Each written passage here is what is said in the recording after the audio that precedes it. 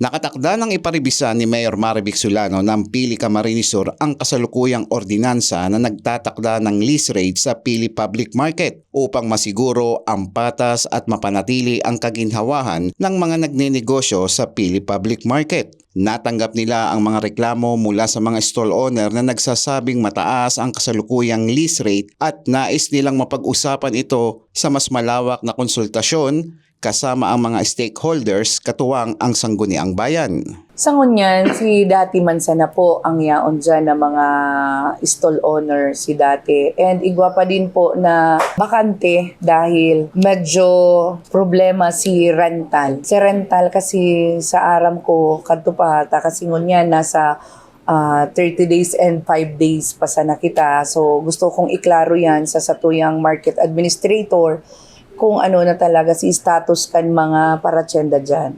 So, kang maaraman ko po lately pa na si goodwill na pigahagad is sobrang taas. Sabi ko po, kung ano man si ginibonindang resolution man yan o ordinansa, pwedeng i-revisit na mailingta kung pwede man po yan ma-adjustan, mababa-babaan, magibo kita ng paagi, ilingunta mo na po. Tangariga, daiman po manganaan si mga paratinda. Araman po ninda kon sa inhali an building na iyan. So, kaya gigibuhan ta po ng paagi. Ayon sa ilang nagtitinda, mataas umano ang kanilang binabayarang renta na isa sa nagpapahirap sa kanilang kabuhayan at nakakaapekto sa kanilang kita. Sir, sobrang apektado.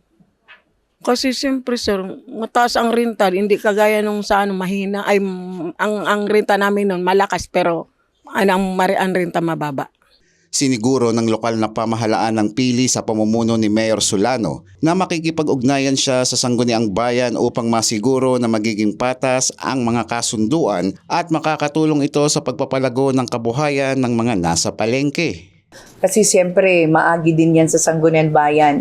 Ma-deliberate din ang mga Sangguniang Bayan members niyan. So, pag-uusapan din yan. Pero kung tayo ang tatanungin, mostly, mabigyan naman natin ng kahit kaunting kababaan na rental ang mga paratyenda. Kasi kailangan nila.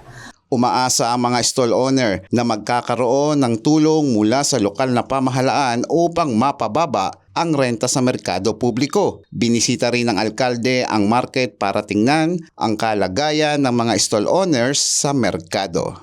Eli Balbin, CSN.